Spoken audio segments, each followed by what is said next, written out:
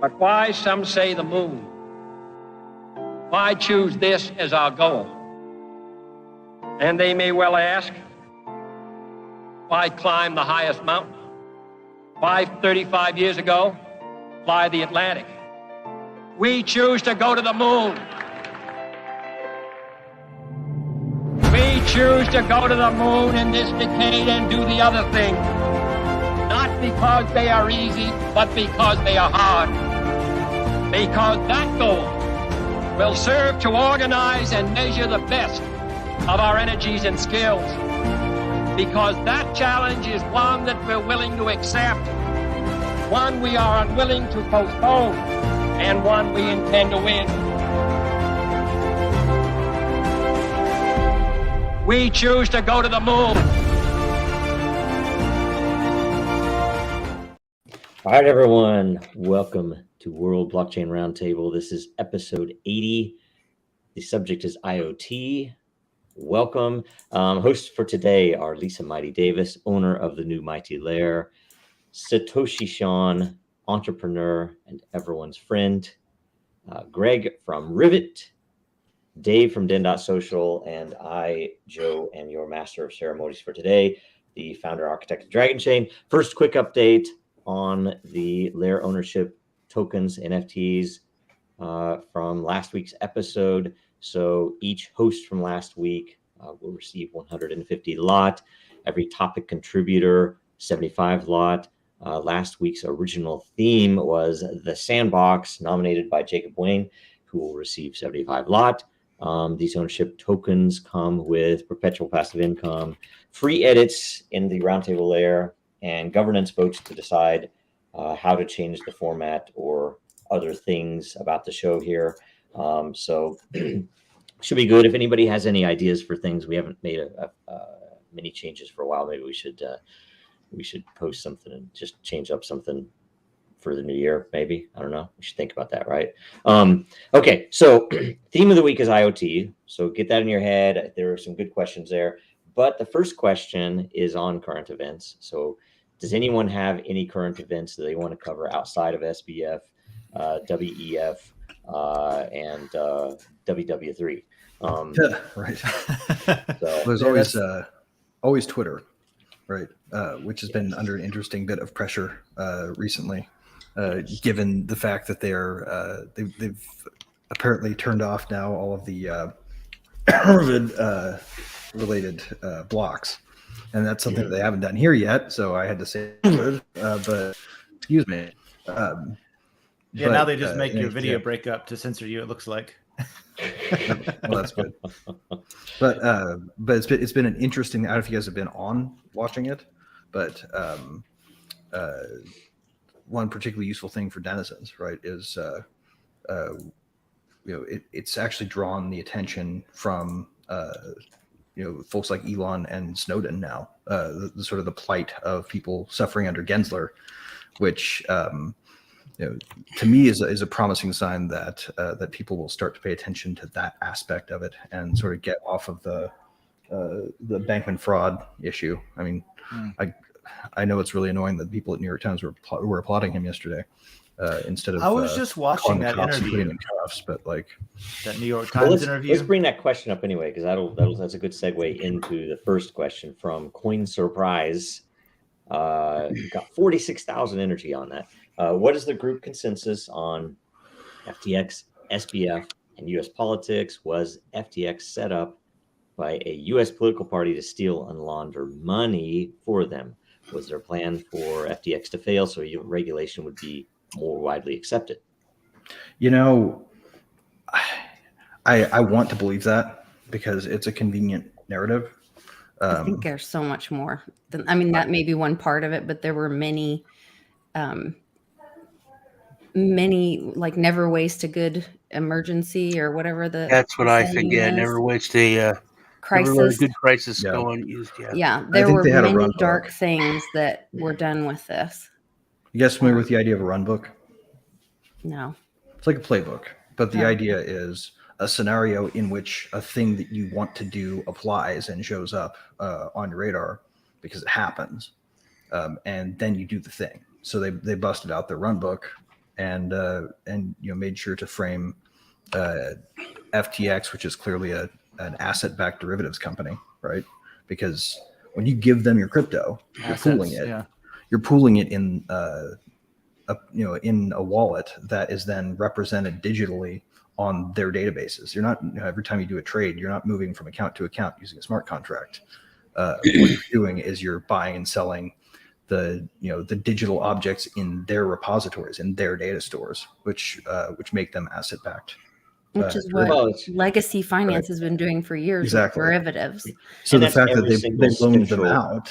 Every single centralized crypto exchange does this. So right, exactly. And it's they claim you're yield farming, but you're not really yield farming. You're just letting them have permission to lend your shit out. Right. It is fractional reserve derivatives. Mm-hmm. And the reserve was in FTX's case stolen and used elsewhere. So I think we're all in agreement on this that FTX is not really crypto. It involved it used crypto. It was basically a whatever you'd call a traditional financial thing that had crypto as one of its hype factors, and also one of the ways that they were able to secretly do things, right? So the crazy thing to me is that, well, for one, and I say this over and over again, that shame on the crypto industry for surviving this long and in pursuit of a number go up, constantly basically pushing shit like SBF and FTX constantly.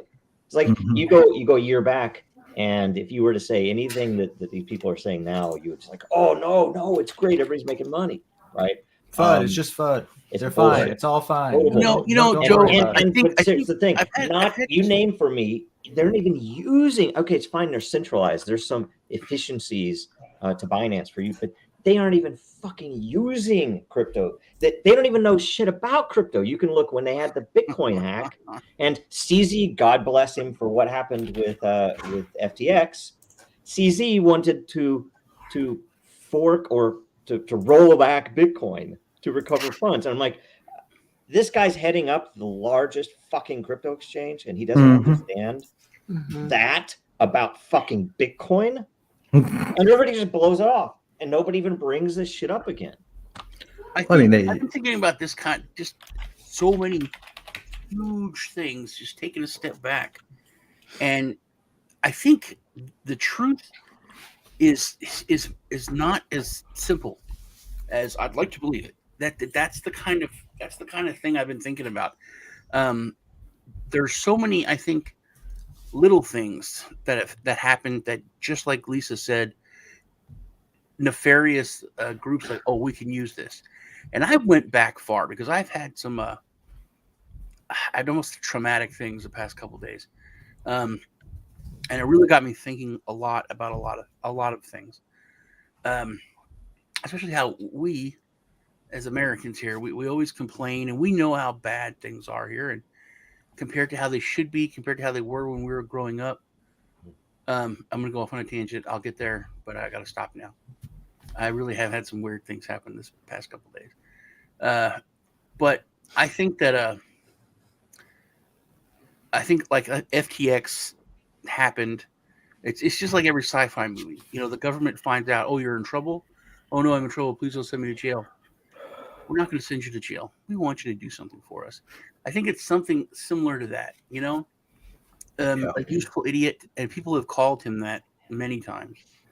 Well, I mean, he's certainly going to be useful to them because they, you can't turn on the internet today and look at the news without seeing a story about crypto company FTX, FTX. Like you said, Greg, I think people are seeing that we're suffering under the rule of Gensler. Yeah, I have a friend of mine who's in China. He's a dissident. He's fighting, hates the CCP, and he sends me like messed up stuff, dude, that you would not believe. I just sent like one thing to Lisa the other day. She was like, it's a movie. It's not real. I'm like, nah, I know the guy that sent it. It's real. Because, Sean, at the beginning of the Great Infection, do you remember the bodies laying in the streets and the people walking? And that didn't happen. It was bullshit. It was media that was being sent to us. Yeah, but this was like, this was a back alley. This wasn't a big thing. And I think that's what we're seeing again. Did you see the guy with the big logo? I think personally, it's what I think happened. This is my massive conspiracy hat. This is my tinfoil hat nuts thing. Bullshit. I think that I don't know. And this ties into what I was going to go getting to, that Hong Kong, so you remember all the protests, and China was really getting pissed, and there were protesters out in force, and they were all waving American flags. And there's even a meme that be the America that they think we are. Anyway, the great gingivitis outbreak happened. All that stopped, all the protests, all that movement, and that was a wave. It was like massive momentum. It stopped in its tracks, and I think that what if that was just the plan? That was the whole thing. But then every other, government's like, hey, wait a minute, look at this crisis over here. Because I've been around for a long damn time. I'm old. Lisa and Public Awakening were making fun of me because I'm an old man. I make fun of you because you say you're an old man. Anyway, you're not an old man. He said I would be a good old man, but okay. Anyway, I think they were like, hey, look what's happened. Because, like I said, I've been around a long time. There's been tons of, these huge outbreaks and these pandemics, but they're always over there. They're always with those people, and we don't care. Saturday Night Live makes skits about it, and that's as far as it goes in the U.S. when I was growing up. Oh, the bird flu. Oh, the swine flu. Oh, what? You know what I mean? It's always over there, and we don't give a crap. We never gave a crap. Nothing ever happened. Look at how those people just wear those masks. It's weird masks like doctors wear. They just wear them out, in regular life. Isn't that strange? Isn't that a weird culture over there? That's how we were. That was our culture. We were the Wild West, the pioneers, a mask that when you're not doing surgery, that's nuts. That's how we were. And there was always that kind of stuff going on. And this time, I think maybe that stopped all that momentum, and all the other evil governments who have gotten nothing but evil in my lifetime said, hey, man, what if we latch onto this? What if we push this? And they did. That's my opinion. So can I ask this? Because you guys seem to think that this is a reactionary tale, that this happened in the crypto world, even though but there was no plan. Now, here's my thing. When I'm looking at what's going on, so first of all, when I first saw a couple weeks back that SBF was scheduled for this New York Times book thing, right? And it up on the picture, it was him, and it was Yellen, it was Zelensky. And I'm thinking, okay, you have all these people here, and it's like, that seems like, okay, surely that was scheduled before, so he's not going to appear. It's like, oh no, he's going to fucking appear. And I'm thinking, then he's literally making the rounds. He's on Good Morning America, I think this morning, right? I've not seen that yet. He was on. Anyway, he's been going. Deaton had a comment about that. Yes, that's part of that's his the cover. thing. It makes far more sense to me that this guy was set up as a patsy. He's going to make whatever he can make out of it the time he's in there. And we're going to make sure you get fluff pieces. We're going to make sure you don't actually deal with anything, because the more like they are New York Times. I think it's out of necessity. I think the media is trying to push and here's the thing. If he were a real crypto guy, right? If it was Greg that had done that, would he be getting puff pieces by the New York Times? Fuck no. No.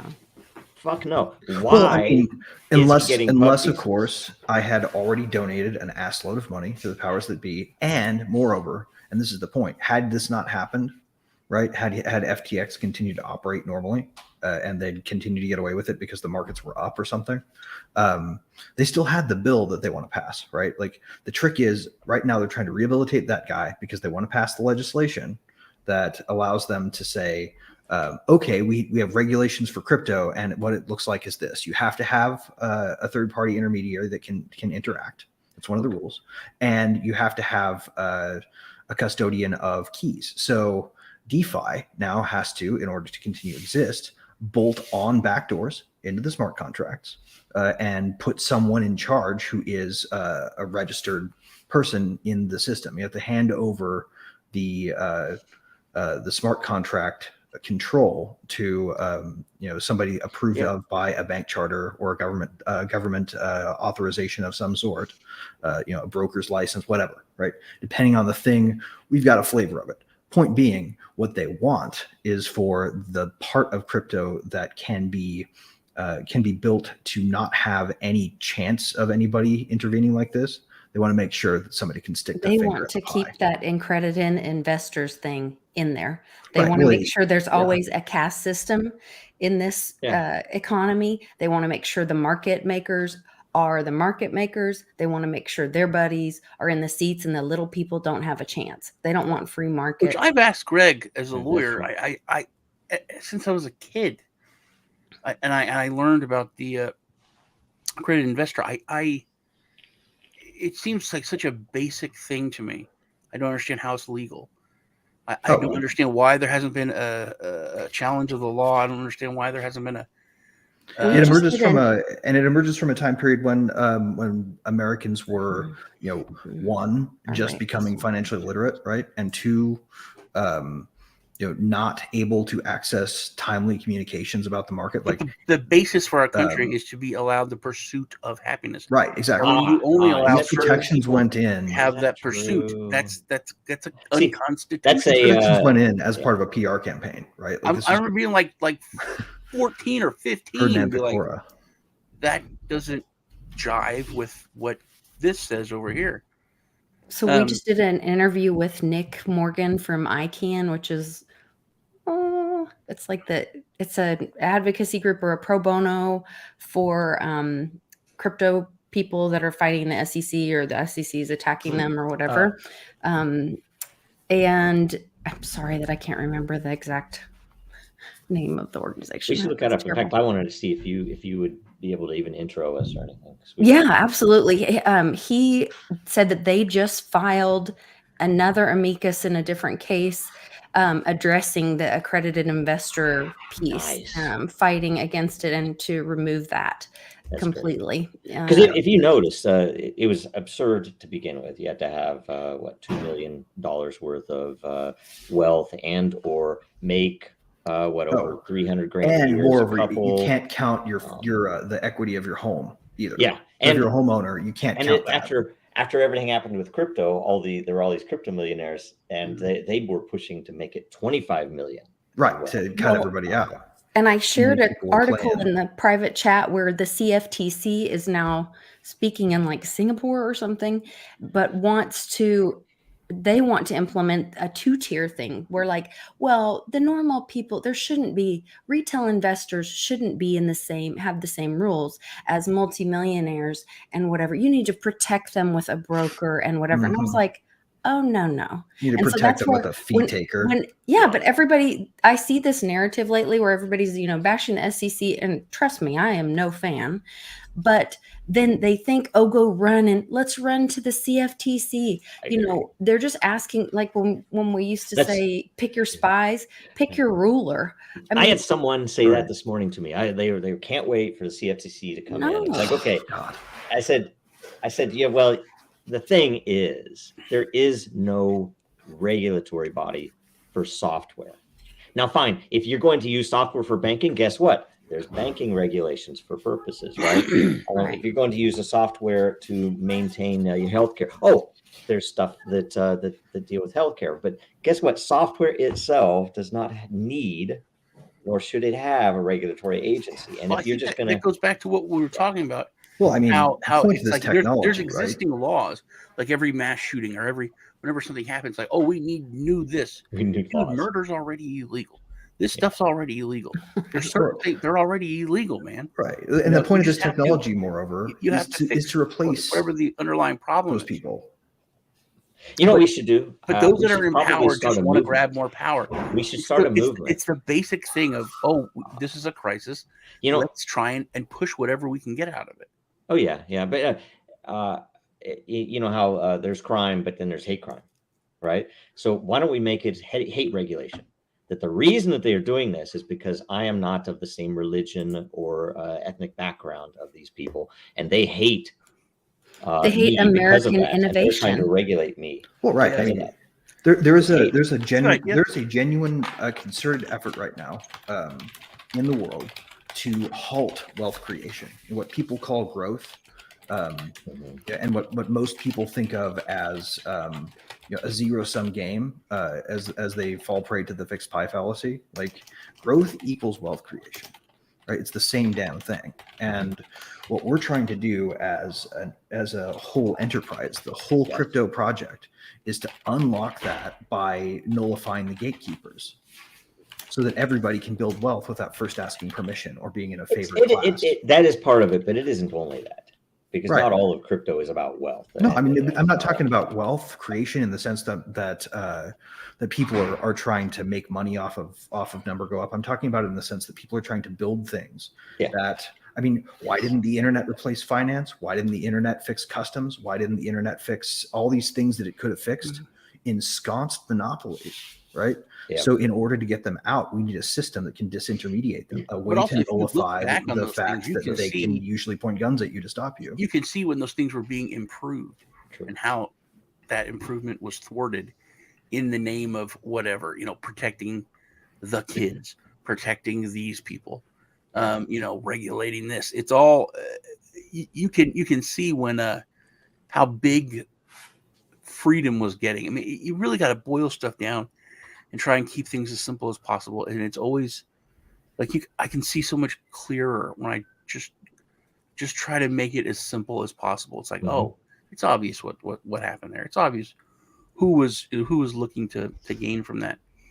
And it reality does, or perception does really make reality. We complain and we think things are so terrible, and I feel embarrassed when I talk to other people, and they're all, oh, you're so lucky, you're so lucky, you're so lucky you live there. They have their perception is that things are a lot better here than they are, and it makes me feel terrible, because like that's the fuel that helps them to go on to fight. That's they're literally putting their lives on the line fighting like the CCP or other places in the world, because they have this romantic idea of how perfect things are and how we are. I don't know if that's necessarily true, right? I don't know if they think it's perfect here. I think that the romanticized version of it is a version they have to tell themselves in order to keep. Yeah, that's their perception, but that's what keeps them. I don't think that they would get here and be disillusioned with that. I think they would get here go back to war. But still, it's like I can't. There's no way we could complain. There's no way. Well, I feel like a white girl complaining about first world problems. We absolutely there is have genuinely problems here, but when you talk to other people, it's like you can't. Yeah, it's like they're a kid or has some kind of innocence, and you don't want to squash that. But if the world is an engineering project, right? Like if you think of the whole thing, the whole human project is one giant, very disorganized, decentralized engineering project, then complaints are how you find issues that get registered and addressed, right? Complainers solve that first problem. Now, nobody likes to listen to them, and it's usually better to have a little bit of sugar with your medicine. And so somebody comes with like a positive attitude about being able to fix it, and maybe a suggestion that's not even very good. Then we'll typically think about it more readily. But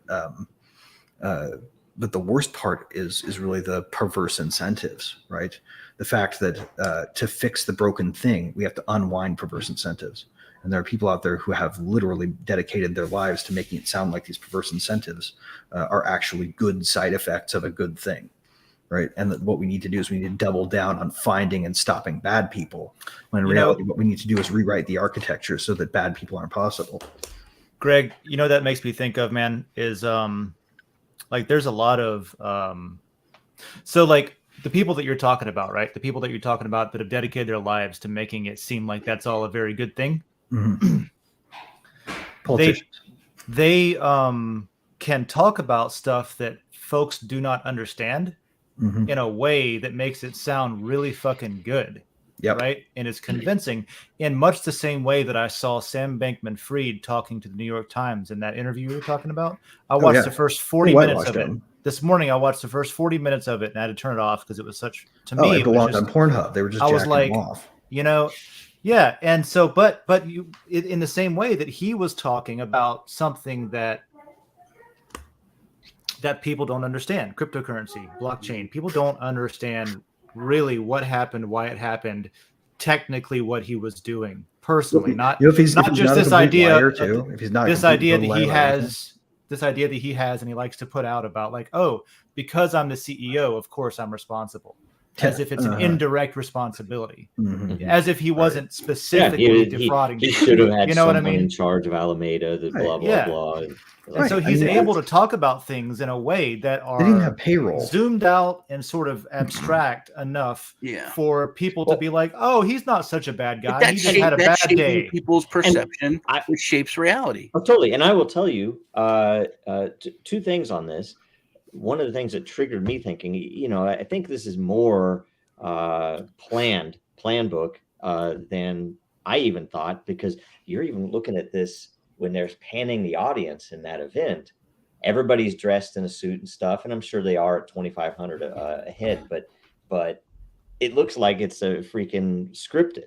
To me, it's like the whole thing looked like it's scripted. You don't have people with shit like at a conference or something dressed different. They look like they're all in uniform. So that beyond it's the fact that this, SBF was not a builder. I mean, you could say, okay, as a business person, he built this empire that stole all this money. Okay. But in the crypto world, when we are distracted from fundamentals, this is the shit you get. If you're it's the same as worshiping a celebrity because of their fame.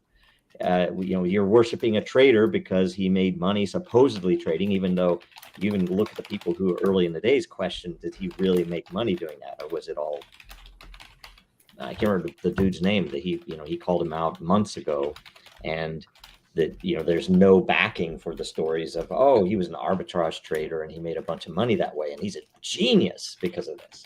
And they said he couldn't even open his email.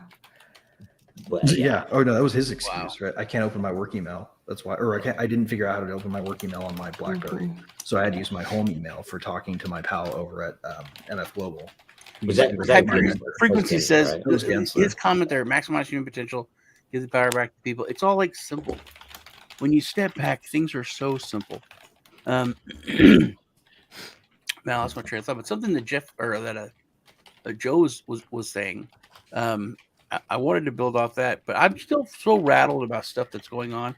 How fragile. It scares me how fragile everything is, how fragile movements are. I remember talking to Lisa months and months ago about when things were really censored. And I was like, we have like hardly no champions of free speech. And it's weird. You've got like Joe Rogan. Think about like Fear Factor, and he's like a goofy comedian. Him, Elon Musk, and like Russell. That guy's a freaking rock star right now, man. But I was thinking about how like one magazine and one gun could end all the champions of free speech at any time, and how that is just horrifying. I don't think that's true, though. I think you'd make a martyr of any of them. But you have enough martyrs. How many martyrs do we have in the past decade? Personally, I don't want the guy who's building the Mars escape hatch for all the people who know how to build stuff. Like, that's our way out, right? Leave all the people who don't know how to build and don't know how to work here, and say, you can come to Mars if you can get there. But I think Joe's got the point, man. People are different, and how many martyrs do we have? And even the martyrs in the past, they make them look crazy. Look what they did to McAfee. Look at Martin Luther King Jr. The whole thing is theater. He stood for. Yeah, it's like it would scoffed at now. Aaron Schwartz. Yeah, it's weird to see the effective herding of cats. So I don't know how you want to say it, but like somebody was talking about Joe Rogan, Elon Musk, things like that. And like, I haven't been alive that long, you know, I'm in my late 30s. That's it. And I've already seen this, like, and some of it wasn't even slow, but like Joe Rogan's one of them. This is a guy that supported Bernie Sanders in 2 different elections. Dude, this guy used to be on Fear Factor. And people were successfully convinced that all of a sudden, like, people, that right wing like fascist podcaster Joe Rogan, you know, and I'm like, he's objectively left, like maybe not way left like you are, but like I don't know about that. And or he used to be anyway. I don't know. Maybe he's changed on that, but if he changed on that, it was because of what the left turned into. I don't think that he changed political views. The left left everybody behind that used and to be Elon is similar, like, kind of you know, like Elon was like the guy that was like, I mean, he was doing crazy shit and he was saying crazy shit, but he was doing the things that the people wanted. He was more centrist. I think he was really crazy shit. Solar power and electric cars. These people just didn't change. These people, like, look at Bill Maher. Bill Maher used to be the most wacko left-wing nut. But he's a riot to watch. He's changed. He just sure. He didn't. Everything else changed around him. He's more and he was like, "What are you doing?" Or maybe not. Maybe I'm wrong. You're not supposed to say that. We're supposed to talk about. We're the left. We're like free speech.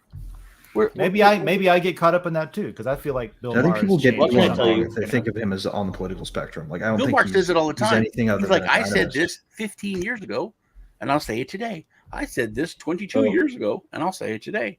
So two he things. really didn't change that much. That's are you familiar with the book "The Future and Its Enemies" by Virginia Postrel? No. It's a good read. I'm rereading it right now. And the idea behind it was there are really the battle of the 21st century is going to be between 2 groups. It's going to be against dynamists and people called stasists. And the idea is, are we going to build our way to a better civilization, or are we going to fret about how much is too much and build a permission slip architecture around allowing things to exist? What if somebody invented a technology to save the world and the world refused to use it? Is the question. I agree. That's happened. I mean, it's like blockchain is at least one of those things. That's one of those things. That's one of those things that anything like anything that can objectively demonstrate what the truth is, that is then fought against. Is like, and you think about it. You think about I don't know. We've actually been in active discussions with people. When I say on both sides, on multiple sides of the aisle, okay, about election integrity. You know, and we're just there as, hey, look, I'm a technologist. I'm going to come in here. I might have political views, but the point is, with this system, you don't have to give a shit what my political views are because you can verify it. Right. And guess what? I mean, across the board, no one wants that. No one wants it. Who is in a position to actually put it in place.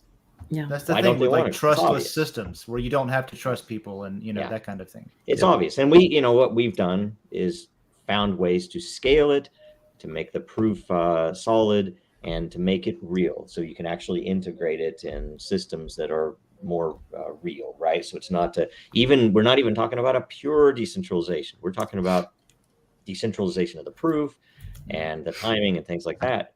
And it's precisely that. And by the way, I think what I would call the Long War started in 1913, or at least thereabouts. That I think everything ties to that. Across the board, and everything since then has been a facade. Any of the stuff, all the politics in the 60s and the 70s and the 80s and the 90s, it's all I've thought of that too, Joe, like myself, just independently thought like maybe this is still the same thing since then. But it goes back to that video. Colors, basically. Yeah, it goes back to the video you sent me, Dave, that Gensler was when he was teaching in MIT. He says what they're doing. And we had that interview and Reggie was on there and he was asking. So Nick Morgan's actually a former SEC attorney. And so it's ironic that now he defends me. But he was, Reggie was asking him, he goes, so tell me why it is that when that the fines are disproportionate for different people and groups and whatever. Like Kim Kardashian was fined.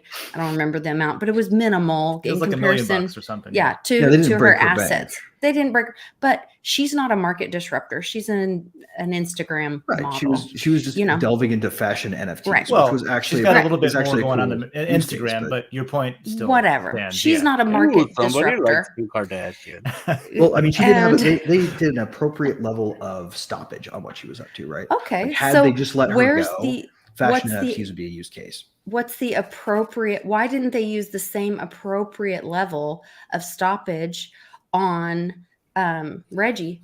They financially destroyed him. Well, because he's posing a threat to the structure, to the market makers. Yes. Also, like we've been saying the whole time, but they don't do that. Perception makes reality, and you can make. They don't do that with JP Morgan. They don't find the big banks like that. Threat to just average people.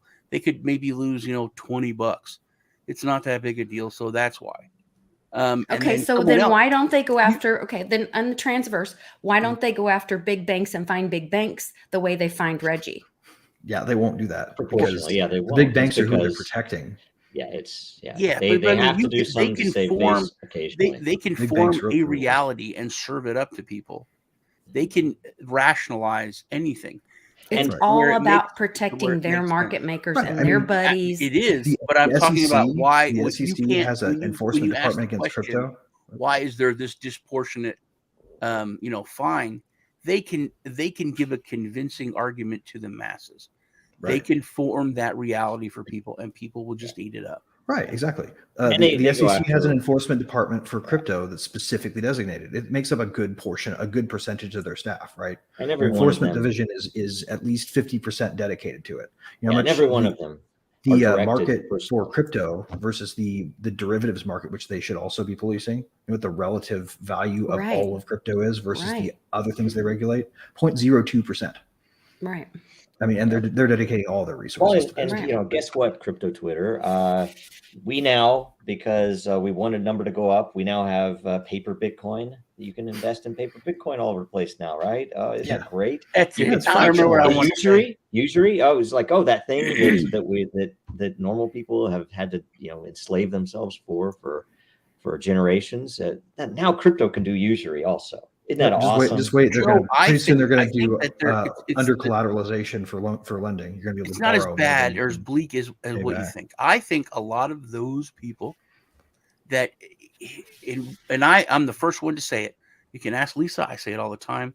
We built this house on a terrible foundation.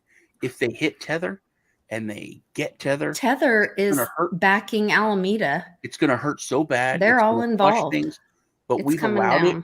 I every exchange it happens. built I'm on gonna tell you right now. I hope it in our ecosystem. I hope all the fucking bank use cases fail. I think that's what this is. Well, and now DAI can be broken by Coinbase. But my point about the number go up people, because DAI has been rehypothecating with if you step Coinbase back and USDC and if you look at it, objectively, it's not just number go up. It's number go up is cool. But adoption. If we do this, if we make this concession, if we play with the devil here a little bit, we can get adoption. We can get the word out. Mom and Pop and Uncle Joe are to understand. They'll use it. They just need this little bit of centralization. They just need this. That's been a big part of giving in to the evil side of it and why things are as bad as they are. It's like everything else, man. When you compromise these smaller principles along the way, in hopes of greater principles, guys, it doesn't work. Before we totally move on, there's one other subject that I think we really need to hit, just because it's so unnoticed. It's passing in the background. Do you guys mind if we jump to that before we jump into the questions? Sure. Okay. Have I talked to you all about the KOSA bill? It's the Kids Online Safety Act. Nope. Okay, so the Kids Online Safety Act is basically about making sure that the "Are you over 18?" Yes or no box is enforceable and meaningful, and they're going to require websites to capture everybody's identity and age verification with this. It's KYC for the internet. so that they can enforce an automatic parental control on anybody who can't verify their identity that implies you're under the age of 16. Yeah. So they will decide what's appropriate for anybody to view that is not verified. Anyone under 16 is the line. And if you don't verify your identity, then you won't be able to see any content they consider inappropriate for 16 and under. And it's basically a way to forcibly create a giant database of people that have verified identity as part of accessing the entire web. Yeah. Like they're trying to make Web 3, but they're trying to make like a nightmare dystopian version of Web 3. And this bill is before Congress right now, and they have it on the lame duck agenda. They're going to try to pass this before the new legislative session. This is passing in China, right? You're talking about China? No, this is the United States. Oh, sounded a lot fucking like what they have today in China, where you have to submit to facial recognition to access the internet. And it's your health passport. If there are still places you can go and get the truth out there, let's just say 4chan, mixed with a lot of lies and you gotta be willing to dumpster dive there. Exists. But there are some gems, they want to be able to tie your browsing to that. It's like, oh, that's unsafe. Speaking of the health passport thing, that's kind of crazy. So things are getting rough over in China. And sent me this video. Didn't know what it was because they're Chinese, yelling in Chinese. And these people around this woman, and they're pulling her pants down. And I was like, what? They pulled her pants down, and there was a baby in her underwear with an umbilical cord going up inside of her. Because even if you can't go to the hospital, which we did it here. I'll cry my eyes out if I start talking about it. But we did terrible things here in the United States just a year or 2 years ago, locking people out of hospitals. I was one of them. I almost died. I went to my hospital. There's 7 or 8 hospitals within 30 miles of me. And the emergency room said, we're going to send you to Baylor University. And I'm like, why? And they said, no, if you don't have the gingivitis, you can't go to any hospitals won't accept you. No one's accepting anyone that doesn't have gingivitis. It's like, even though the beds are empty. So there's only a handful of hospitals in the state. We just sent a guy to Houston who had pneumonia like earlier today. So we did it here. But there, you can't go in the hospital unless you have, a test and you're negative. And if you're pregnant, you have to have an amniotic test that the baby is negative before you can go in. So if you show up in labor, you stand and sit in the parking lot or outside until that can go through. So there's people just popping them out in the parking lot, and it's people are making the comment that it's dehumanizing. It looks like watching a lion or hyena give birth in the Serengeti. It's just, well, then at what point do we say you're supposed to even be medical experts? At what point do we hold medical experts accountable that this is not medical care? Right. I mean, that's nice. See, there you go. That's the wrong thing. That was the wrong question, because those medical experts are scared. You have to ask, why are they scared? Who is forcing them? Who is talking? Who are you scared of? Well, the bottom line is there's only one medical expert people should be listening to. You either take the money from the big P, or you take the stick from the government. Potentially lose your license. And that's the thing. The stick shouldn't have been there. The stick is supposed to be there. But then the same accountability that we scream at the military, and we say, if you follow through on that order, then shame on you. Yeah. We've got to get past a blame society if we're ever going to advance, right? Like we need to always be looking forward to. I wouldn't say we need to get past the blame society. I think, or at least not a blame first society. To be real justice, I think it's entirely fine to find who is to blame. Justice feels good, but it doesn't solve problems. I disagree with that. I think real justice would. Yeah. I think, like Joe said something about it redresses wrongs, but it doesn't solve the problems created in government. We should shame them. I think that's what we need to do. Change the narrative. I think when we talk about political corruption, it's a white collar crime. It's like nothing. I think when we talk about corruption, it should be revolting. We should have did they kill him? What about his family? I know they're in, but maybe they should kill them too. I mean, it's some things that we should make so terrible that and the justice for it so harsh that it is so taboo. We should use the word taboo or corruption. Right. Well, I mean, they need we to show absolutely the should, but videos at the of same time, like that only gets us halfway children there, that are right? coming across the south border. No, that's the start. You might only get us halfway there. That's like But- not even. but I'll tell you what, The problem if is people like, aren't doing here's the my crap problem with they're it, doing. guys. With the idea that justice is the first primary concern. Justice puts people behind bars. Justice puts people on gallows. Justice takes care of redressing harms emotionally, but it doesn't really make things right in the sense that if you steal billions of dollars, it makes sure that person is not going to spend the rest of their lives making billions of dollars to pay you back. What it does is it makes sure that they go to a place where they make 50 cents an hour. We all feel a lot better, but the money's gone, right?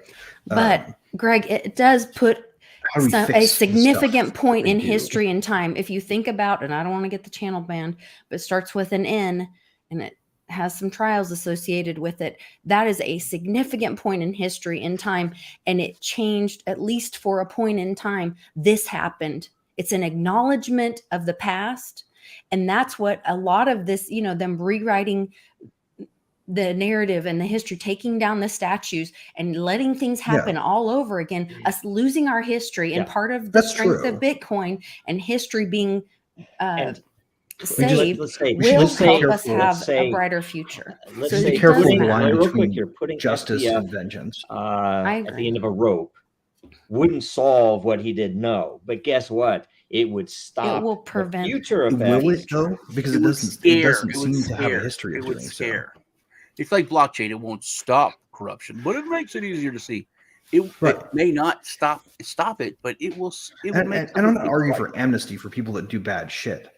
I'm just saying, like, it tends to be the most popular distraction when it comes to coming up with solutions. That's the other thing too, because the solution offered by our own industry, it's an excuse to get regulators more money, has not at all been in the right, because we knew this shit was going on. For how long? And multiple entities. There's still some entities today that have not failed, that everybody knows have a lot of corruption in them. And yet, its number go up. Its number go up, man. Come on, bro. Its number go up. And that's all it's about. And as long as that's all it's about, and it's not about the fundamentals of what we can actually do with this fucking technology, then you're going to get more SBFs. And guess what? You're all going to lose billions of dollars. And it's an individual thing. The solution is every fucking person out there has to say, okay, guess what? Shill. Enough. I'm not going to put my money there for fucking interest, right? Fuck that. It's stupid. It's not, I'm going to lose all my money. Yeah, I mean, and it's also going to, the other piece of this too is like, what are we distracted from by having to worry about this right now? We're distracted from the fact that there's this other agenda out there. Another thing that I'm not allowed to say on YouTube is a complete fraud. One of probably the biggest frauds perpetrated on humanity is going on right now, and all the world is in on it, right? We have a ton of people. We have a ton of people out there who are actively trying to stop growth, to stop human flourishing, because they believe that human beings are a virus on the planet. And in reality, what we ought to be doing is trying to mine asteroids. Where that's related to kind of the only thing that I wanted to say, which was that if you I know that even C-SPAN is just a lot of times just for show, to say things that sound pretty and stuff like that. But people don't even watch that to see what's actually being said. I watched, I guess it was Jamie Dimon, whenever they were, or something with JP Coin or something like that. Anyway, they were in Congress, they were talking. And one of our leaders and lawmakers said something that was in defense of cryptocurrency as something that as being useful and a liberating force. And so basically there was an argument like, oh, it's all a Ponzi, it's all a scheme, it's unneeded. We already have Zelle. Why do we need crypto? That kind of thing. And I want to say it was Lofgren, but it doesn't matter who it was, but they brought up a valid argument. Like, well, what about this? And what about people that are sending it to Ukraine so people can buy food over there or whatever? And the response was the most telling thing that I had seen in a long time. It was, yeah, but that's retail.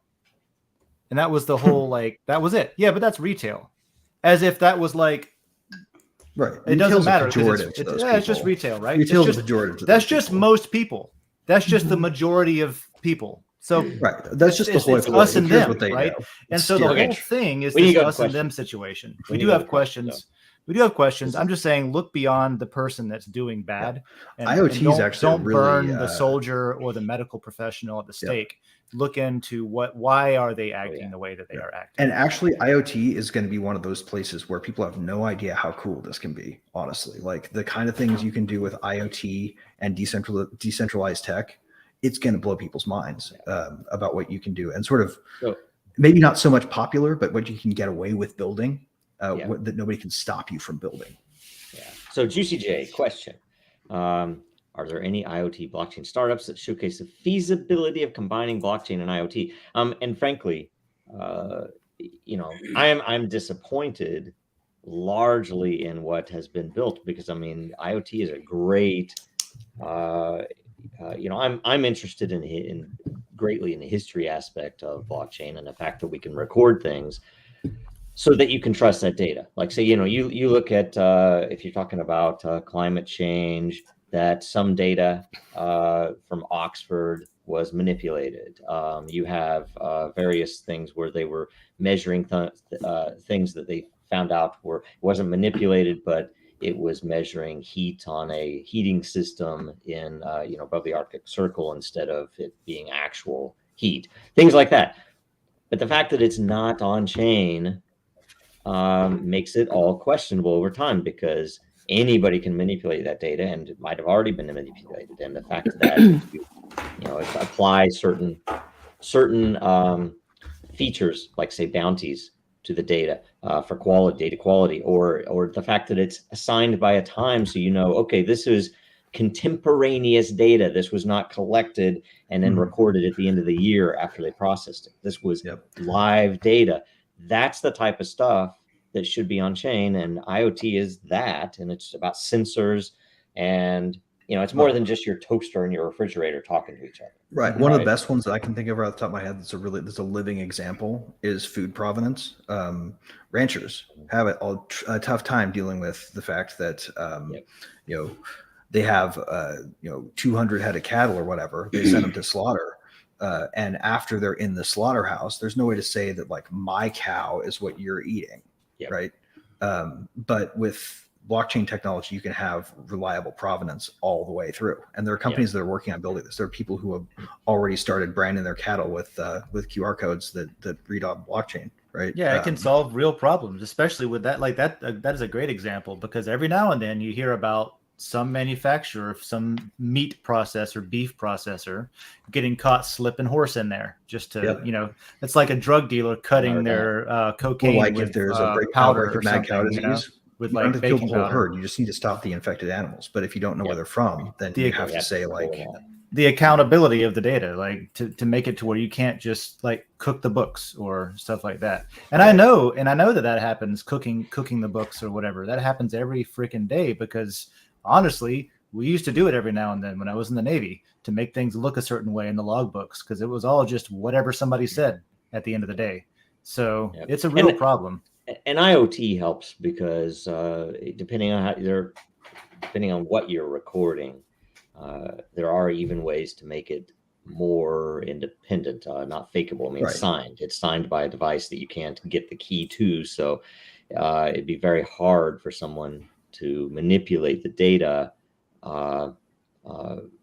with a plan, right? You can't go back and do it. So if all that data is coming in live, it's more meaningful.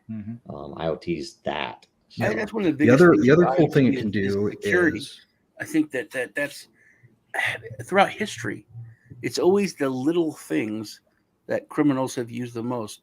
It's like, oh, we'll use the back door. We'll use the servant's entrance. Oh, we'll use it's always this thing that people, everyone protects the front door. Everyone, has eyes on the main thing. But this is the most, this is one of the biggest things, I think, in history. And I did a review like probably a year and a half, 2 years ago. And this is even crazier. But this one project was talking about how like artificial intelligence and the Internet of Things together, it's something like nuts. That's science fiction. If there is any kind of singularity, even if it's not like a full singularity. Oh, there's got to be a singularity. It's stuff from like, oh, my toaster now has some kind of, consciousness. It's literally with the Anybody Internet who thinks we're not thing, going to figure that out isn't paying attention. It's nuts. But also those are the easiest things we can see now. That's one of the easiest ways for people to hack into your main system. Lee, I thought Lee was nuts. He kept talking about how the light bulb was talking to him, and then all of a sudden, it was a smart light bulb. He put the microphone there. There was Russians coming through the light bulb. Right. The security thing, the filament itself was resonating, right? The funniest thing about that subliminal is the subliminal has to teach you the language first. And then it's somehow That'd be a great way to learn Russian. Actually, well, a microphone is also it's like a microphone, also a speaker, and a speaker is also a microphone. Yeah. So I was like, dude, there could be a microphone. Not a very good one, but I said you probably have. There's a microphone probably in that light bulb, and you're just. It also depends. It's also connected to your phone, and it can activate your phone's microphone. Yes and no, Sean. Like that's true technically, but it still has to be like there has to be a designed. Literally, you have to be able to like have an input from your speaker for it to be. It can also be correlated to your IP address, which can also be correlated to your Amazon, your Amazon Alexa device. And if you can capture both streams, then you can figure out what people are saying. Not only do they have unlimited money printing capabilities, so you think, okay, they could do anything they want, but to further humiliate us, they make us pay for the fucking Orwellian infrastructure. You pay for it and install it yourself. That's ironic, isn't it? Yeah. It's really the other really interesting IoT cases are probably, and people don't think about these everyday objects that we always use, right? Like you have a car that you might go downtown to a place with metered parking and park at. You got to have quarters and you got to deal with the bullshit. And you have to have parking enforcement, right? What if instead of all of that, your car had a wallet that you kept topped up, or that had permission to access your wallet, and the meters, had a little bit of a near field communication radio in it that pinged your car, and your car paid for parking. Yep. What if you never had to worry about not having parking paid for? Yeah, the efficiency of that, like not even just removing the middle person, but the actual just time-wise efficiency for the end user of that kind of stuff is fantastic. I used to think that Dragon Chain's already capable of building stuff at that scale. So. It really, really is. It really, really is. And I like before blockchain, before it got popular anyway. I'll just say excluding blockchain individual, my brain is not thinking right now. I used to think that IPv6 and IoT together were going to be the thing that made everything streamlined and everything super convenient, because then everything could have an IP address. It's not behind some NAT translation layer where somebody has to have a firewall rule for you to access that particular device. You could just always access your toaster, right? As an example. That's not a very good example, but you could leave your house, and as long as you had an internet connection somewhere, you could still access your IoT thing without having to go in and learn how to even access. Like people don't know how to access a router. Ideally, they all have satellite receivers and transmitters in them. Well, and something can I say too, and this is as to hype freaks we need to educate people. It's the weirdest thing, and this is a very human thing, but even when we are interim for what Greg described about that parking meter, that they still remain with and this is the funny thing, because if I had my wallet and the car could just talk to the freaking meter and pay, it could be literally metered, instead of it being an expiration time. They literally retain an expiration time. Streaming payment. If you overstay your visit, even though, I paid it, and you even know who I am, and I could pay more, but I'm 30 minutes late and now I have a $12 ticket. Right. It's the funniest thing to me that humans don't say, why doesn't it just keep charging instead but of. then does that get into exploiting your privacy then? Well, no, because then you're being tracked everywhere you go, and Sure, it your doesn't have to. address. Convenience and security. You can use differential Right. privacy. Trade-off. You can use differential privacy. Like you can design these systems so that all they know is that this car paid, and they don't have to know whose car it is. Right. The idea is because you can't avoid enforcement. If you want to use the parking smart contract, you have to authorize them to take the fee too. Yeah. Well, that's where cryptography and blockchain and stuff like that comes in, to where you can address some of the privacy concerns with this technology. And on if you top don't of have enough to pay the IoT, on fee top in your of account, then they won't let you park. Yeah. And in fact, it is one of the more difficult things with not only building the systems. It's very doable that plug into a very complex arrangement of existing infrastructure, different types of people, different technical capabilities. Is grandma going to have a mobile app to pay for parking? It's like, no, she still has to be able to put a quarter in there, right? That type of stuff. And that, that's all doable. But worse than that are the gate holders, the people who say, oh, we don't want that. Why? Oh, because, I want to be able to say that we have this many meter readers out there, right? Because they don't want the bookkeeping involved in that on their side either. Because there's a bureaucracy that pays people, and they think those jobs are good for some reason. Yeah. Come on. Bureaucracy jobs should not be something people should be allowed to waste their lives on. Well, that's the reason I sympathize with people that detest capitalism, right? The corrupt capitalism, the crony capitalism, corporatism, the crony capitalism, the breed of we're going to keep this around not because it's good for anyone, but because it's good for me, and I'm going to capitalize on everybody else's inconvenience and suffering. And that's why I would tend to frame it better as it's a free market, it's a liberty-based market, because if it was, let's say you reset. The fact is, if my car can speak to a meter, you could very easily, the actual best system would be, I can choose to have Rockstar parking and pay more, so there's a competition for it, or I'm going to park down the block where it's a nickel an hour instead of the $1 an hour, and that's my choice, and that's what you should want. Or imagine this, you have a parking, you live downtown, you have reserved parking for yourself, but you're not there because you go to work or whatever, you leave for the day. Why can't your own meter go up as a space that's available? Yep. Why can't can't you sell your better parking? For everybody. Yep. We have that issue here in Gainesville, where when we have game day, we need better utilization. When the Gators are playing a home game, there's always people flying signs that say $20 to park, $20 to park. Yep. Anybody who has any parking spaces at all. But then there's a parking lot at all of the startup hubs, or there's parking lots basically that are private parking lots for a company. And if it's on the weekend, they're only open Monday through Friday, and they're empty. Nobody can park there, and they're empty. And you can't tell me that those companies wouldn't love to monetize their parking lot. Yeah.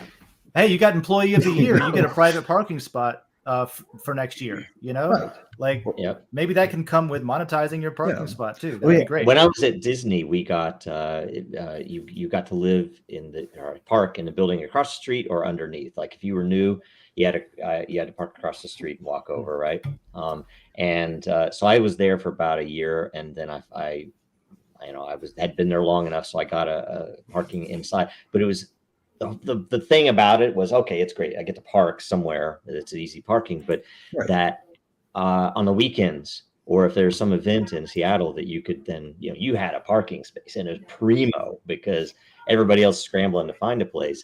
And theoretically you could sell it, but there was no real way to sell it, which there should have been, right? It's like, oh yeah, I'll give it to somebody for whatever. Well, and picture this, you can take it a step further than that. Let's say, because we have all this on chain, we know all the parking is full. Yes. You've got your car trying to find the best parking space. What if it says, okay, you're going to have to park 5 miles away in this space. It's going to cost you this much. And if you're willing to accept this, we've already called you a ride share to get you to your actual destination. Yep. Yeah. You think about it, and your car could drive. All of that becomes possible. You're not rolling around in the parking lot waiting for reverse lights for somebody to pull out. And you're like, oh, I got to Right, and ultimately this leads to what? The end of people's misery in the parking meter enforcement division, because those people are miserable. You can't tell me they aren't. You know, nobody likes them. Like, was one of their the job craziest things I think in my local personal anti-human flourishing life. We have this festival every year here in my town. It's huge. It's called Rabbit Fest, and I mean, there's like tens of thousands of people that come, and it's the city park, which is less than a mile from my house. But a friend of mine, and then one of my kids now, like their kid, like their best friend, they live right next to the city park. The guy used to be the dog catcher, but he has a huge like a parking lot driveway, because it's literally right next to the driveway to city park. So parking used to be, I think it was like free when I was a kid, and then it was $1. Now it's like $5 or $10 to pay to park in the park for Rabbit Fest. And like I said, I don't live that far. But people would park on the side of the road. They made that illegal. There's a 7-Eleven up the road that people would sometimes park across from the 7-Eleven. But we used to just go park at my friend's house. It's right there.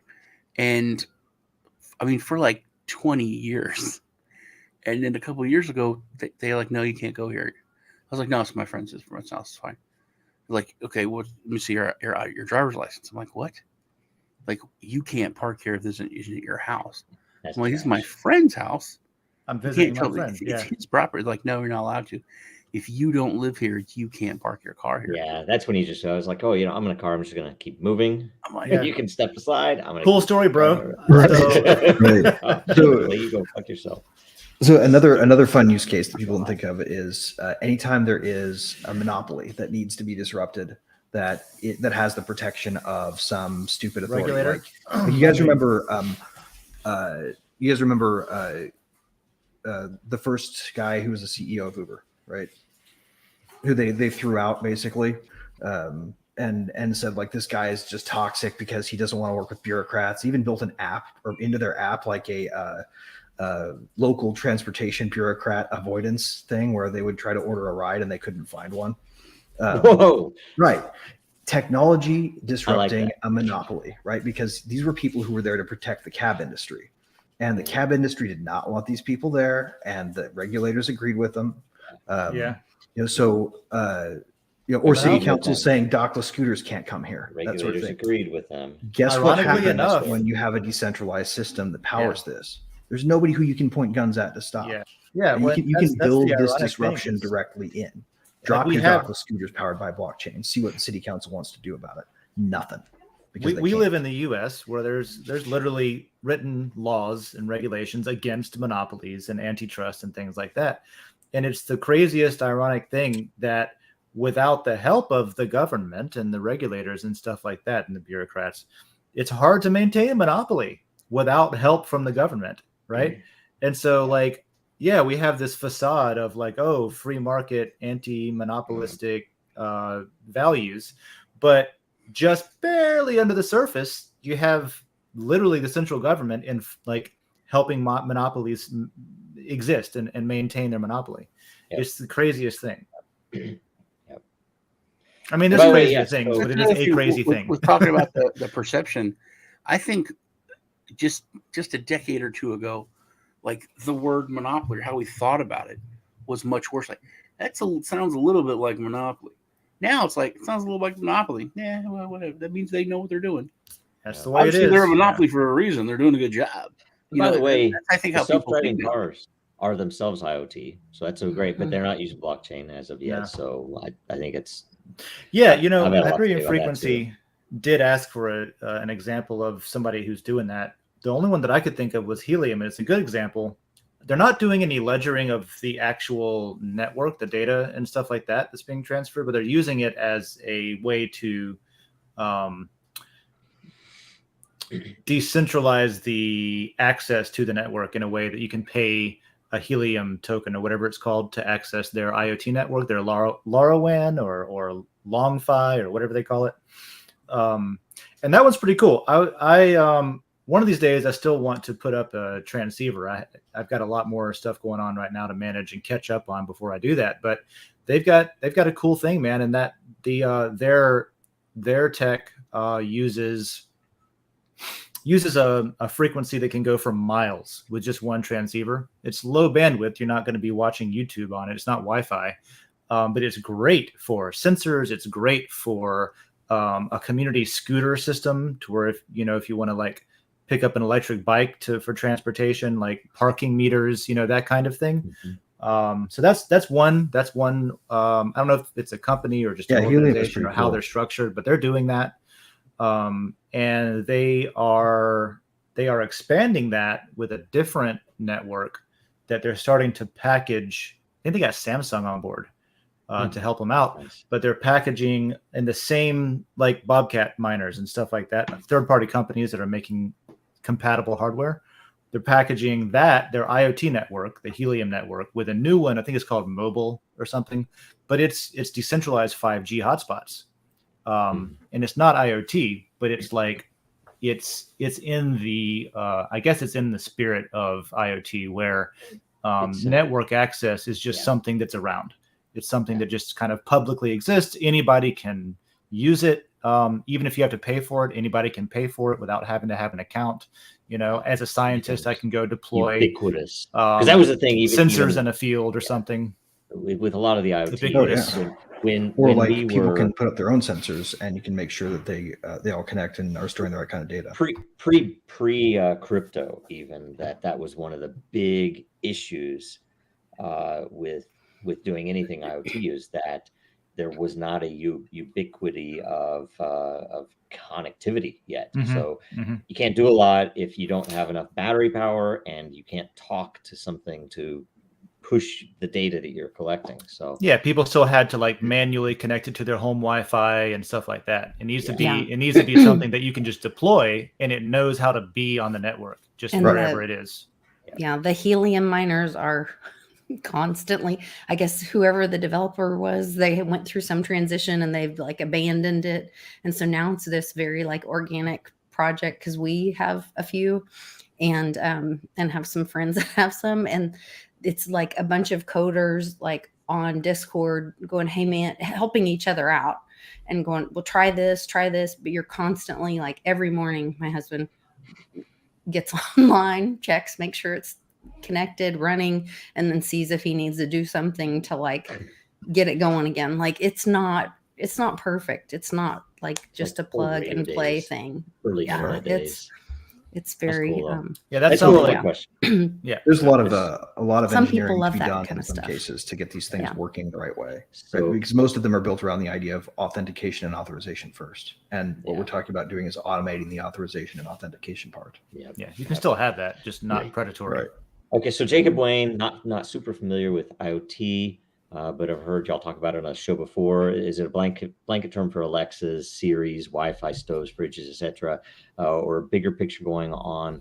And I think literally it is, Internet of Things. So there's whatever a bigger picture going things on would be what would apply. So if a thing has some type of connectivity, to either ingest info to improve how that thing does what it does, or if it is delivering info in order to improve some other system, that's what it remote is. Switches become a really popular element of this. Remote switches, remote sensors, and anything that you can hook that to. Like right now, the easiest way to conceptualize it is to think of things that already exist and upgrade them to smart. But the really probably most groundbreaking things are going to be the things that become appliances that didn't used to be, or even as crazy as it sounds, disposable Internet of Things devices, which could be like right now, I've got a can of soda. How useful would it be in an inventory system if there was an IoT device built right into that? Or a reward system where Dr. Pepper can reward you for taking that sip that you just whoever opens the can automatically signs with their key if they've got it connected to their Mountain Dew smart contract or whatever. Right? Like it sounds absurd. And some of the examples sound really silly, and they're going to be really trivial things that come out of it too. But if you take that metaphor and you extend it to all of the things that people do and use, you'll find some fucking magic in there. Yeah, and anywhere you have to have a human go check on something to see what's up manually is a candidate for IoT retrofit, I guess. You know, and it is pulling the internet down to the physical level. Like, say, one of the big and really good use cases that I've seen is, you know, NFC checkpoints for physical security. So they're walking around a museum at night, they're checking in. So literally, we know that device tapped this place on a wall somewhere, so we know that they were there. And you put that on chain, and you can't manipulate it. And now theoretically, insurance rates should go down. Right. Speaking of that would be great in the Navy when people used to sleep on watch. Do you think the powers that be would create a Stingray device for IoT? Sure. You mean would or will or have already? Both. IoT actually, like guarantee. IoT plus Stingray devices like that. Actually, blockchain would be a great way to secure privacy, right? In that respect, because you can have a unique entry. I mean, we think of them as NFTs, right? But if your NFT registration for your tower is attempted to be duplicated by somebody, you can't do that. Like, you can't cheat it. That's exactly, the two of you made probably something that I should have even thought to bring up, because every time I see this in a new product, I'm like, oh, okay, yeah, don't buy that one. That literally right now, because none of it's on chain, you know, go to Amazon and you know, order some Christmas lights or some Christmas thing, and it's internet enabled. Oh, that means I can do this thing with, you know, it's like, no, that means it's phoning home and, you know, trying to get into your Wi-Fi so that the CCP can, you know. I was to say, yeah, you know where that's coming from. I was about to say that. You know where those lights are coming from. Well, that's where it's built to your system. Yeah. Like, that's what they're actually. That's why we need open source to be a big key part of it. Yes. Oh, and by the way, here's a gripe of mine. And this is important because open source. You mean we gripe on this show? Come on. Listen to this. You can go look at a thread. The only time that I've had an interaction with Vitalik on Twitter, and I'm proud to say that he responded to a tweet of mine once, and it blew me away. This is freaking Vitalik. Right? You had to fight with me on Twitter once. Well, he was telling me, it's like you don't want to, you know, be overly dogmatic about open source with a company like Zoom. So Zoom was essentially, and you know, you can look up all the stuff that they did in China with the CCP and in Hong Kong, I should say, where they were coming in. They weren't only listening in. When these people in Hong Kong were, you know, talking amongst themselves, whoever the rep was, the agent from the CCP, broke into their meeting, right? So he's like, he was listening. He's like, hey, you guys can't talk about this or whatever. I don't know what they did, but it's creepy as hell. And so this came out in the US. It's like, wait a minute. And they found out there were back doors in closed source code, both for mobile, for desktop, which is why Dragon Chain policy, security policy, nobody can use Zoom on any Dragon Chain equipment or meeting or anything else. And they came back and said, oh, we took that out. We don't have that back door anymore. Trust us. And I would understand if somebody like fucking Mr. Wonderful would say, oh, that's good enough. I trust them because I make money with them, right? But somebody like Vitalik, to counter my point, is like, okay, we'll trust you when you fucking open source that. Let's see it for real. It's like, if you really mean that and open source it. And he's like, oh, come on, they're doing better. It was like, the fuck is this? But that's where that like IoT thing with self-driving cars, and then like Japan, too much love for the establishment sometimes. You know, I mean, can you imagine if they hack a bunch of cars and get them to run into each other and cause, you know, what I mean, that's all possible. Well, there's been it's not just turning your air conditioner off on your home. There are much more devious things that are. There's been stuff about that, like OnStar, you know, from back in the day, and like the cars get locked, and it's like in a movie or whatever, and then the brakes lock up, and which GMC just changed it to be mandatory. They upped the price on their vehicles, and OnStar is now mandatory for you to purchase on your new vehicle. You can't deactivate it. You cannot. It's part of the purchase. Well, I mean, I guess you could probably go into the circuitry yourself, like if I had that situation and I had any interest in buying a GMC vehicle, which I don't, I would cut open the speaker and literally snip the cable. Like say, as an example, Tesla should open, they're already running Linux, so the base of it's open, but it's closed above that. They should open source that up, maybe hold some proprietary modules or something, of course. But if they open sourced it, it would allow people to hack in improvements, number one, and you could apply governance to it so that things that were maybe outlandish is like, no, guess what? We don't want that to be possible with a car on the road, right? You could have governance applied. I don't know. Like Hyperion I'm skeptical of the fact that they're not open source, right? Because I don't believe in the OpenAI proposition that that they can't open source everything because it will be abused by bad actors. Like, I agree. That was I think the wrong way to go, right? I agree. DALL-E 2 is a cool piece of software that could be cooler if people could recycle the model without having to build it themselves. Yeah. Like those guys can afford to use all those tensors to train it. Yeah, you do have competitors building stuff that is open source for stuff like that. DALL-E has, but DALL-E has like TPU access that is out the wazoo, right? They're funded so hard that there's no way you can. Funding is a different, those models. Well, it's difficult thing too for people to volunteer a competing product that's open source. The thing with open source and the culture around it that hasn't been tapped into enough at all, in my opinion, and which blockchain really can help with is monetizing that. Like you think how much money Minecraft would have made if they would have made a standardized API for mods and monetize it, put it in a freaking marketplace. So if you come and develop better stuff for it, you can get a cut of it, and you were just making a fee.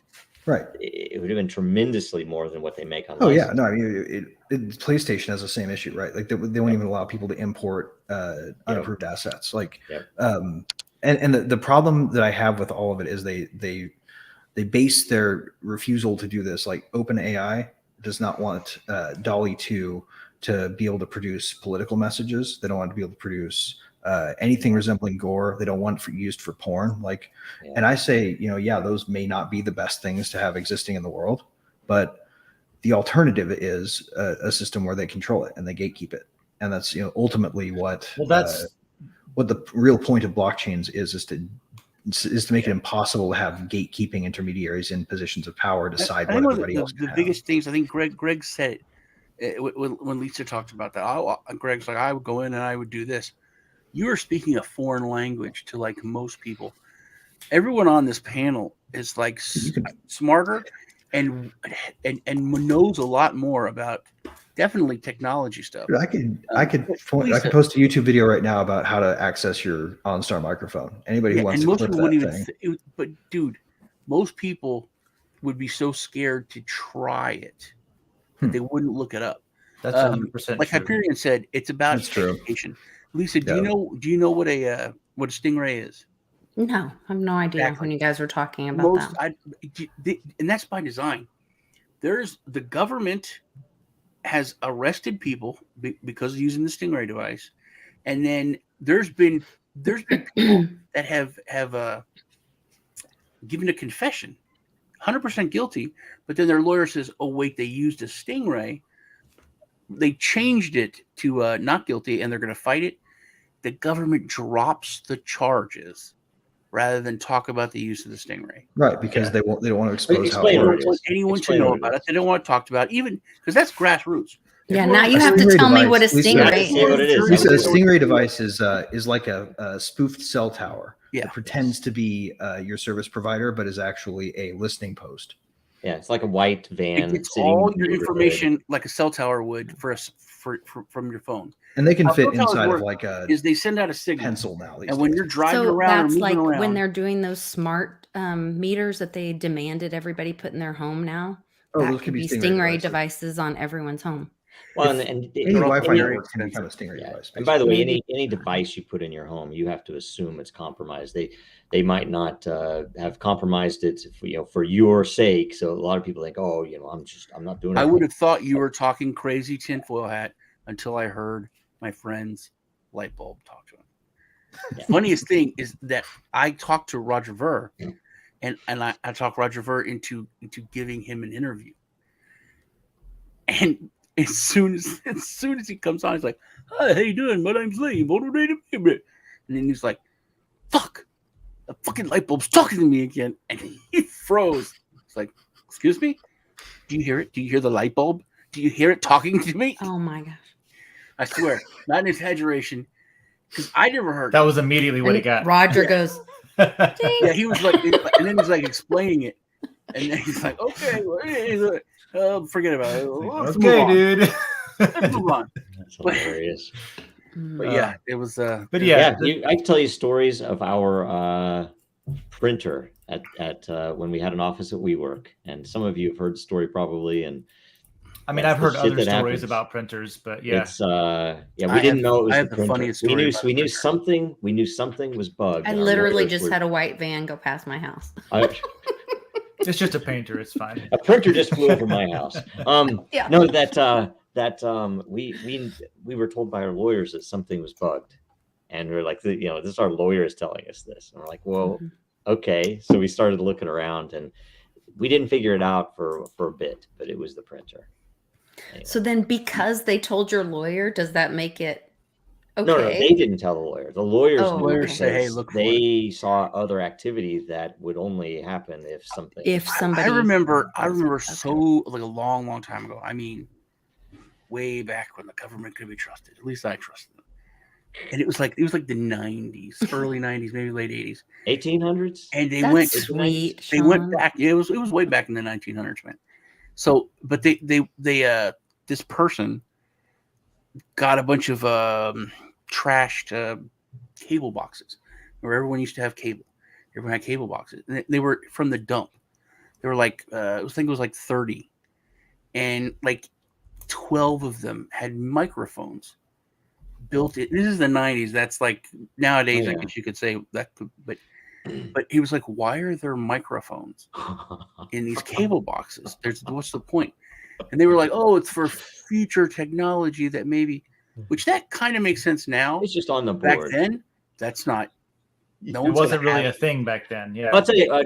More recently, I believe it was Nest had to answer for the questions like, why do you have these mics in the Nest device? Mm-hmm. And there was no reason for them to have mics in there, and they did, and they made up something, of course. But yeah, I remember when the thermostats came out, and Google I think bought the thermostats, and because they wanted the information, and I was like, why would they? Amazon has Ring, Google has Nest, so yeah, and it just, to me, it was like. That was like, that's like all my friends. We want to know everything. Like, you want to know the temperature in my house? By the way, I'm going to say I can guarantee to you, I am like 90% certain of this. That was a committee sitting around is like, oh shit, they know there are microphones in there. What's the reason? It's like, Alexa, we'll put a utility into that. Create Alexa, yeah, because we need to be able. We're doing it for you. If you know the microphones are there, you can say what you want to them. That's the thing, right? Like, the key is knowing they're there.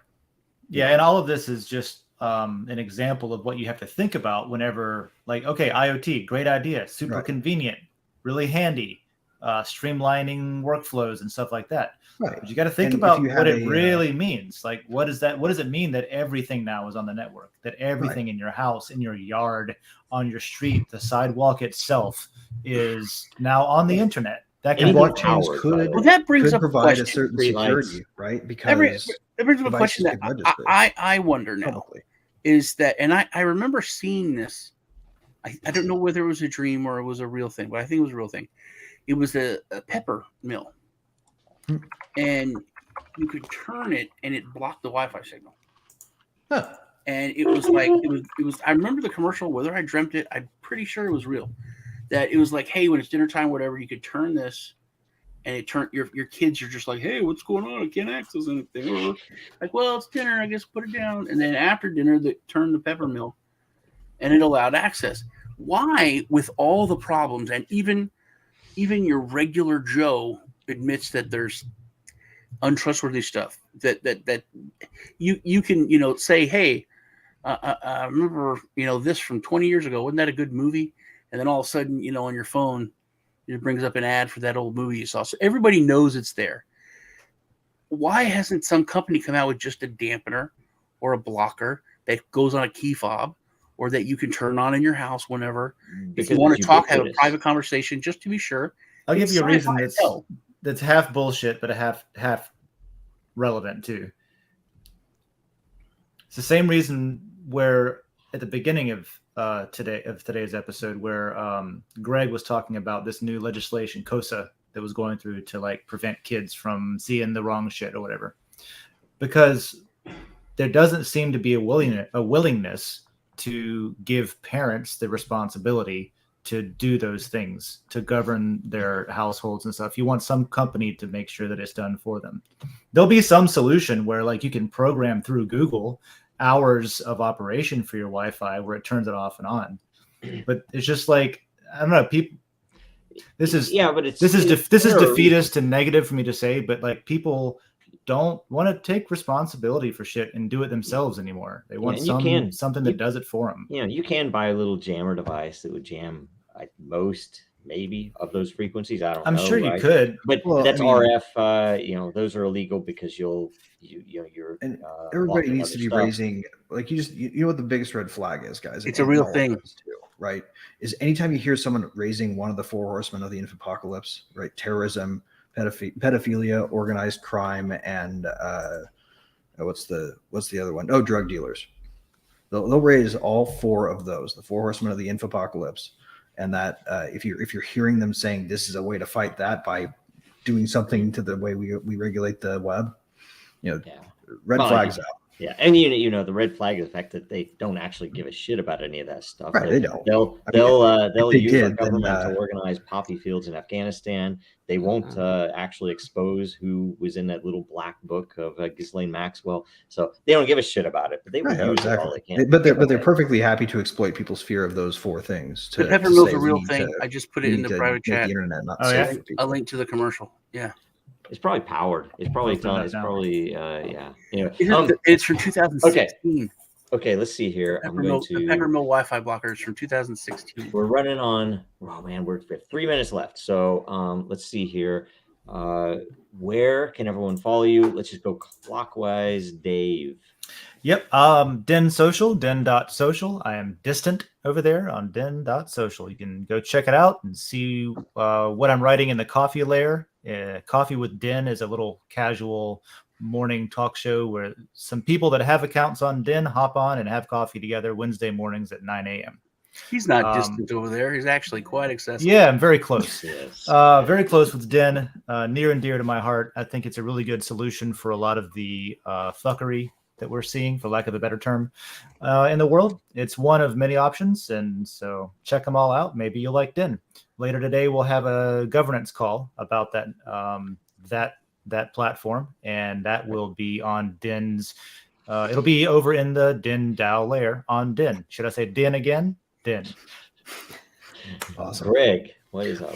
All right, well, you can always find me as Design Heretic on any platform Good Times Are Had. My favorite two are Den and Twitter. So those are the places you're most likely to find me actually watching. But if you really are desperate to send me a message on LinkedIn that I don't get back to for like 3 or 4 months because I only go on there once in a while, you're welcome to do that too. And Design Heretic is still how you find me. As far as anything else, I just wanted to say, like, check this shit out.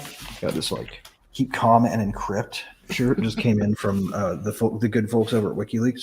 They need your donations right now because they've literally had content starting to drop because the infrastructure is expensive and they have the necessary resources to maintain it. So highly recommend anybody who wants to have some cool merch go over there and pick up a t-shirt because it helps them keep it online. I just heard that I can't remember what it was. Something just recently disappeared over there, if I remember right. But I didn't check it out. But I was like, Lisa, what is it? It would be cool if Elon was dropping WikiLeaks on Twitter. He said he was going to start dropping some information. So you can find me at Lisa Mighty Davis on Twitter. And on Den Social as well in the Mighty Lair. And also I'm the host for the Very Dow YouTube channel. And we've been having some great interviews over there talking about the amicus that we filed, which is pretty historical in the SEC versus Ripple case. And like I said, we just had that interview with Nick from ICANN, and Reggie's in that talking about that rehypothecation that happens over there at Coinbase with Maker and all that. So that was a very interesting interview we just did. So you guys can check that out as well. And Sean and I are together every Tuesday. Excellent. Sean. Is there a WikiLeaks den? Because there should be. That would be good. There should be. We should do that. No, Yeah. there's not. Also, that'd be a good partnership for Dragon Chain and WikiLeaks. That'd be cool. You can find me on Satoshi Sean everywhere. You can find lots of Satoshi Seans with underscores and 2 S's and everything else. And when they ask you for money, just cuss at them, talk crap about their parents. Don't send me screenshots, and I know they're terrible. Just report them. And or Lisa, Lisa, when they want you to talk to her on WhatsApp, it's not her either. It's yeah, either one of us. And don't send me money either. You can send me money, but I'm not going to ask for it. I just asked for it, didn't I? No, I didn't ask for it. I said you could. I allowed it. Anyway. Yeah, that's about it. I got an interview coming out, I think, today where I just talked about stable coins. And then I talked about how it's terrible that we built, we built this house on Tether, which we shouldn't have done. And, I've talked about it while it was happening. But, yeah, that's me. Excellent. All right. I'm Joe. Make sure you watch us again next week. Make sure you share this. It'll air a couple more times, live stream to most of the platforms, or some of the platforms. But make sure you share it, because the more views it gets, the more lot you will get. And anyway, make sure you watch it again next week. And I guess listen to the Den DAO. I think there are at least one subject that I was going to bring in today that I think is interesting. It's at least interesting potential. So anyway, I think that's it. Sorry I failed. We went over the 5 minutes past the $1.50. So I thought it was 1:38. I thought it was 8 minutes. It's 5 minutes. It's like it's a war of attrition. We're all trying to pass you up in the amount of ownership that you have in the lair. I know. We're just trying to make sure that you never finish on time, so we can finish ours. Yeah, it's an attack on your bonus. Awesome. I think It's a conspiracy. I think you go back. It's 38. I'm like 90% sure it's 38. Great. Well, look. Okay. All right. Goodbye. We better go then. While nuclear weapons states can exert unlimited violence over even millions of individuals, strong cryptography means that a state, even by exercising unlimited violence, cannot violate the intent of individuals to keep secrets from them. Cryptography is the ultimate form of non-violent direct action.